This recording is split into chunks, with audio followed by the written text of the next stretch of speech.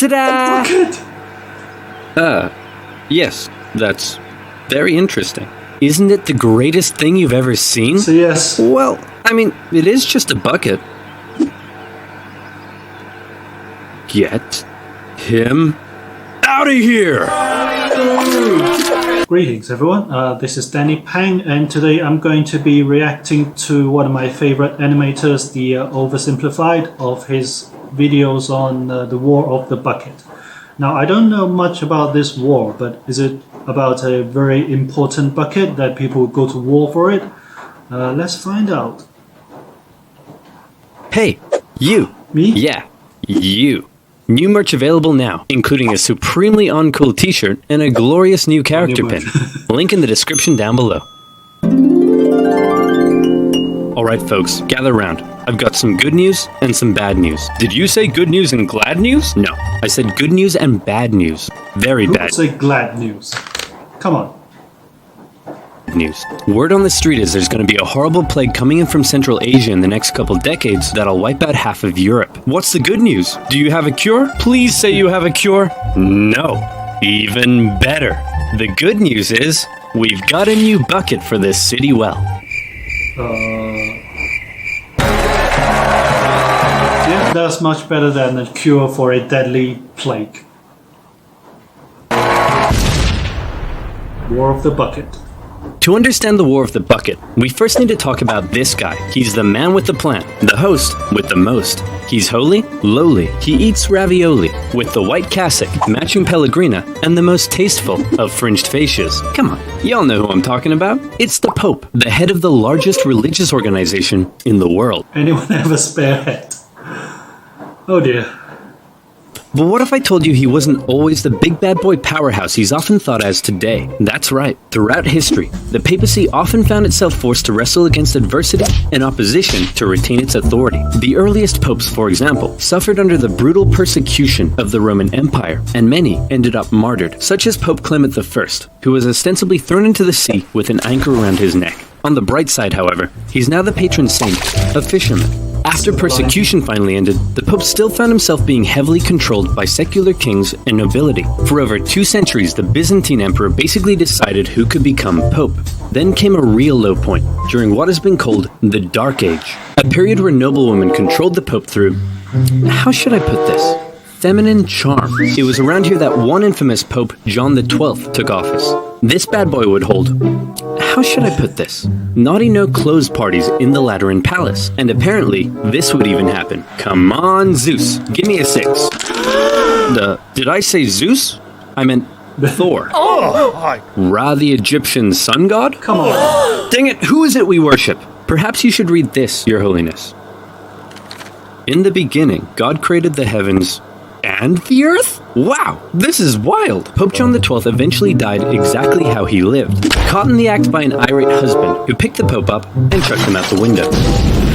The point I'm trying to make here is that often the Pope was a very weak and corruptible figure and was regularly used and controlled by secular leaders as a tool to increase their own power and influence. And there was certainly an element of that in the year 800, when the Pope and the Kingdom of the Franks were good BFFs, and King of the Franks, Charlemagne, was like, hey man, being King of the Franks is nice and all, but I want more legitimacy, and also to become the continuation of the Roman Empire. So what say in return for my protection, you crown me Emperor so everyone will respect me more? Sure thing, pal. We'll hold the ceremony tomorrow. Charlemagne, King of the Franks, I hereby crown you Emperor of the West. Oh my goodness. I was not expecting this at all. What a surprise. I simply cannot accept. Oh, okay then. I guess I'll just put this back over here. Give me that crown. Charlemagne's crowning as emperor. What a great actor. Yeah, well, throughout history, not just in Europe, but in almost all around the world, politicians and religious figures, they would help each other out because they both want power to control the people. Is a unique kind of corruption, I guess. Was certainly an historic moment, but it also created a bit of an interesting problem. It set the precedent that from here on out, only the Pope could crown an emperor, but the Pope was also very much under the influence and control of Charlemagne. So who really held the power here, the Pope or the Emperor? I'm sure that this conflict won't cause anyone to die. Bishop of Freising, we want to thank you once again for visiting our wonderful city. It's been an honor. The pleasure is all mine, and what a wonderful tour it's been. I've seen the city walls, I've seen the towers, nothing could top that. Oh, couldn't it? Because we've saved the best for last. Ta-da! Yes, that's very interesting. Isn't it the greatest thing you've ever seen? So yes. Well, I mean, it is just a bucket. Get him out of here! Over time, Charlemagne's position as emperor and the kingdom of the Franks gradually evolved into the Holy Roman Empire. And by now, the Pope and the Emperor weren't such good friends anymore, since neither could agree on who was the boss of who. To make matters worse, the Emperor had taken to investing his own bishops and abbots. What does that mean? Well, allow me to explain. The problem for the Holy Roman Emperor was his empire wasn't really an empire, so much as a nightmarish federation made up of hundreds of counties, duchies, bishoprics, and more. The princes in charge of these local regions often didn't give the emperor their loyalty. The German nobility spent a lot of their time rebelling against the emperor, and the emperor spent a lot of his time trying to put down those rebellions. Can we get rid of them? Who? All the nobility. Get rid of them and pick new ones who are loyal to me. You can't just remove noble families from their territory. Please? Aw, okay, how about this? Some of those territories are ruled by bishops and abbots, and as Holy Roman Emperor, considered by many to be the deputy of Jesus Christ himself, perhaps you can choose who gets to become bishop and abbot. Yay! Now it's time to turn out the lights and go to sleep. Okay, I love you. Okay, good night. Say it back. And so it was. The emperor invested his own family and loyal followers into powerful church positions, and thereby was able to increase his own power and authority. Not only that, but the emperor and other nobility were also engaging in something called simony. That's when someone would come along and say, hey, I want to become a bishop and get all the personal riches that come with the position. Perhaps we could come to some kind of arrangement. That's right. Church positions were actually being sold to the highest bidder. And let me tell you, they probably didn't come cheap. It's going to cost you a lot more than this. I don't think so. I've got a promo code. And speaking of promo codes, do you like free money? I know I do. I really like it. And that's why I use Honey. Honey is a free browser extension that automatically finds the best promo codes whenever you shop online. For free. This means you always get the best deals without even trying on over 20,000 sites like Amazon, eBay, ASOS, and more. For example, here I am buying 7 pizzas after a long day of animating. It's currently costing me $130. Oh, hello, honey. You have a voucher for me, you say? All I have to do is click, you say? Nice. I saved $31.78, and all I did was click. There is absolutely no reason not to use Honey for everything you buy online. It's free and literally takes 2 clicks to install. Get Honey for free at joinhoney.com/oversimplified. That's joinhoney.com/oversimplified. And as always, by using my links, you'll be supporting my channel. So thank you. Now where were we? Oh yeah. Investing bishops and abbots, selling church positions, authority, and power. Wait a minute, this is depravity. The purpose of the church isn't for him to increase his own authority and power, it's for me to increase my own authority and power. What about Jesus, Your Holiness? What? I thought the purpose of the church was to spread the good message of Jesus Christ. How drunk are you? Very. I suppose at times there were really, really faithful religious people who were really about spreading the words of Jesus. But there were also a portion of Christians that were actually in it for the power and money. Despicable.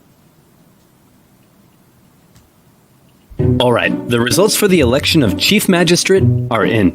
Giovanni Kablami, 1%. Spaghetti Jeff, 2%. And the bucket, 1,000,000,000,000%.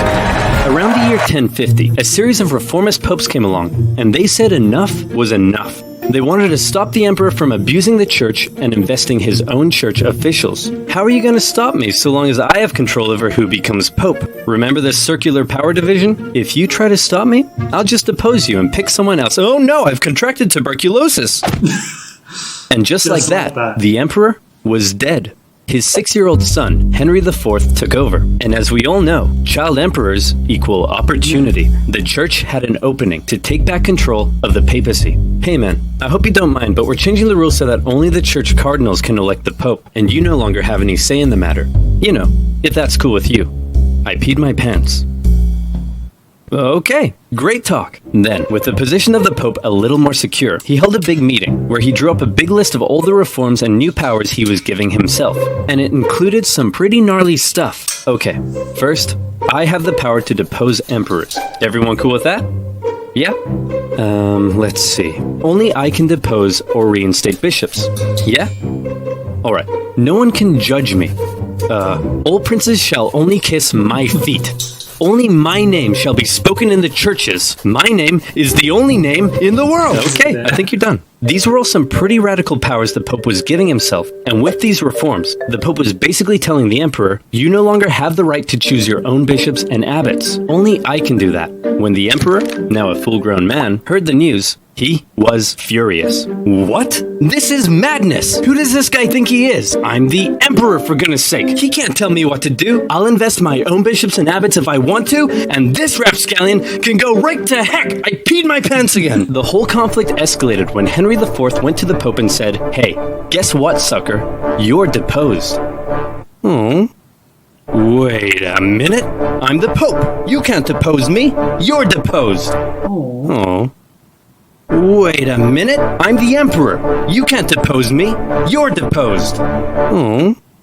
Wait a minute! Eventually, the German princes took advantage of the situation, and they all turned against Henry.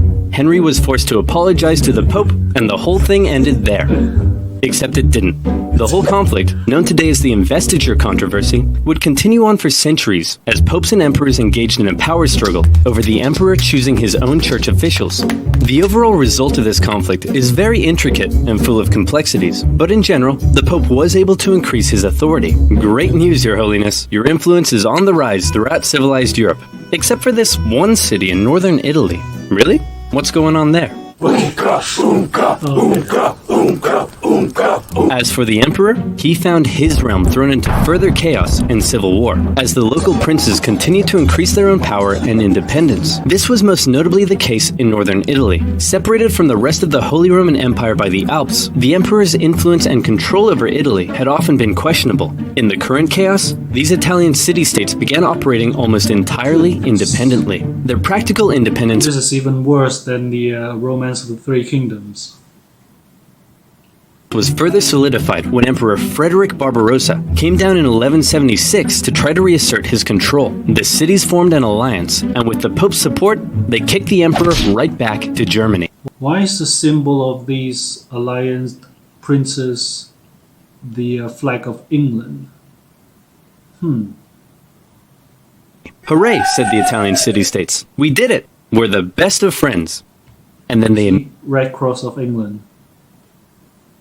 immediately began attacking each other. Why? Well, this whole Pope versus Emperor thing, in Italy at least, had infiltrated society to its very core. Across Italy, families and cities were torn between two opposing sides. On one side, the Guelphs, who supported the Pope's cause. On the other, the Ghibellines, who supported Guelphs and Ghibellines.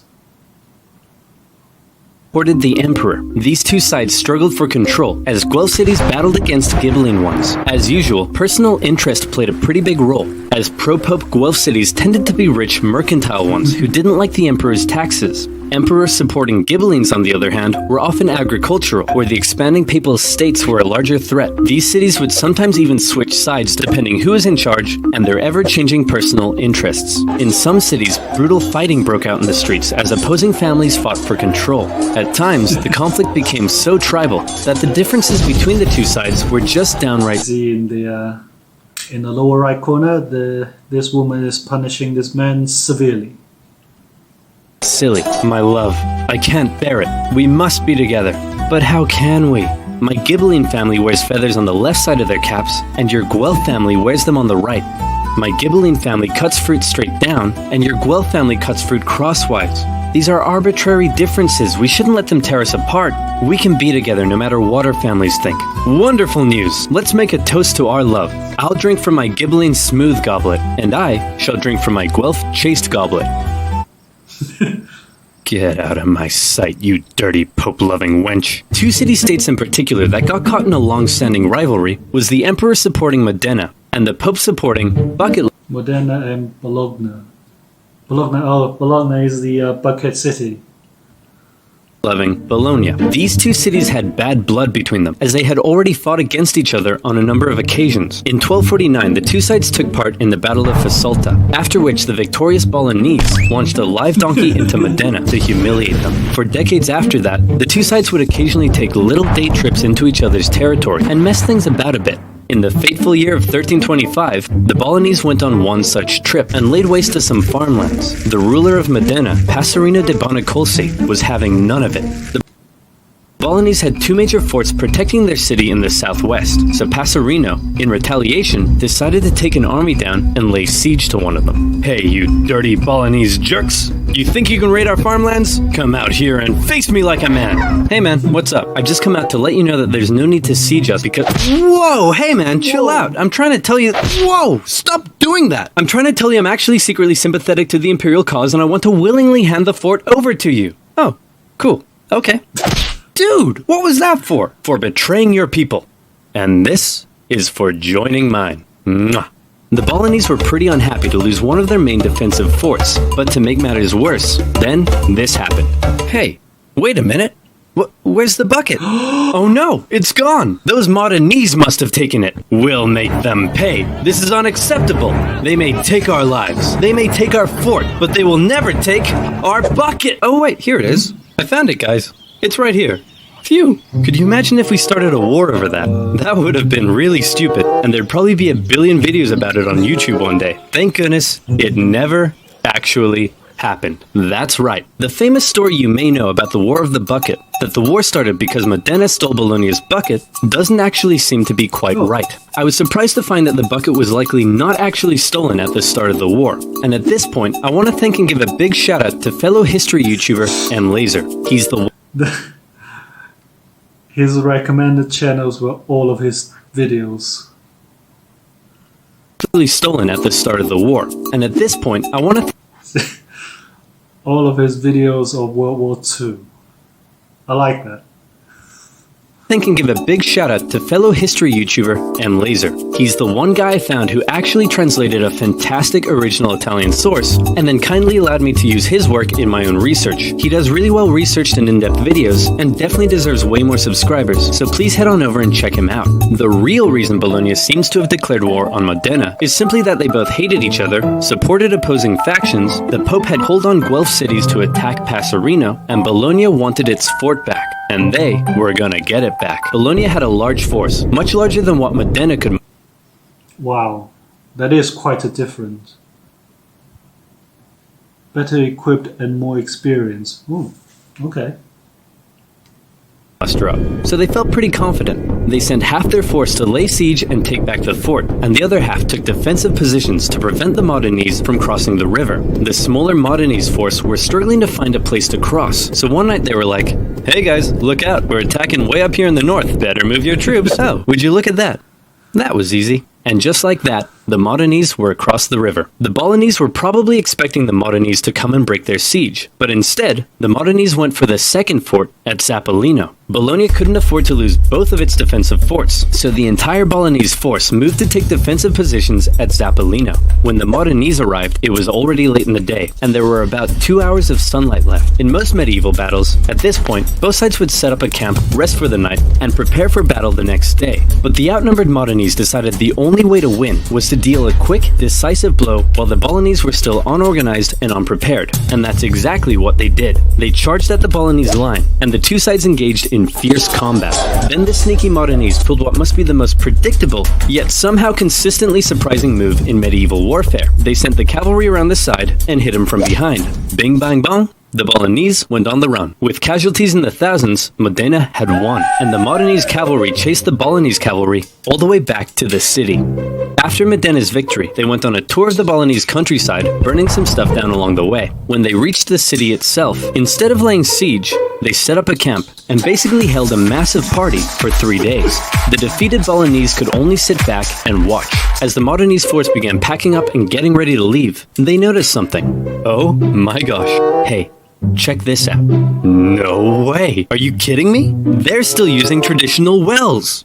Hey, you dumb Bolognese. Ever heard of an artesian well? You can't even get water out of the ground without using a stupid bucket. It's not a stupid bucket. It's a wonderful bucket.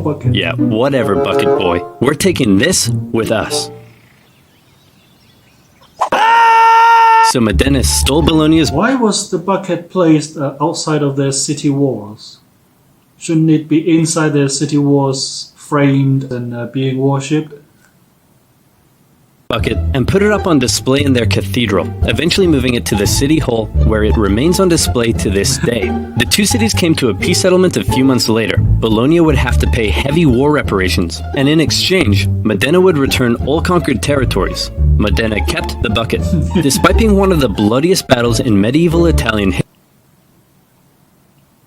Wow, so despite Modena had less people to fight the wars with, they actually lost even less people, less of their fighters. That's impressive. It didn't really change anything, except now Modena had Bologna's bucket. As for the larger power struggle between the Pope and the Holy Roman Emperor, that would continue on for some time and played a part in many major events of medieval history, such as the Crusades, the Protestant Reformation, eventually leading to the general separation of church and state we see in Europe today. So there you have it. We learnt about the Pope and the Holy Roman Emperor, the investiture controversy, and finally, the War of the Bucket. It's been a long day, and it's time to turn out the lights and go to sleep. Okay, I love you. Okay. Good night. Say it back! Wow, that was a very enlightening video. So the War of the Bucket wasn't about the bucket. It was the bucket was taken later in the during the war as a trophy and of humiliation. And wow, so that was that. I'll see you guys in the next video.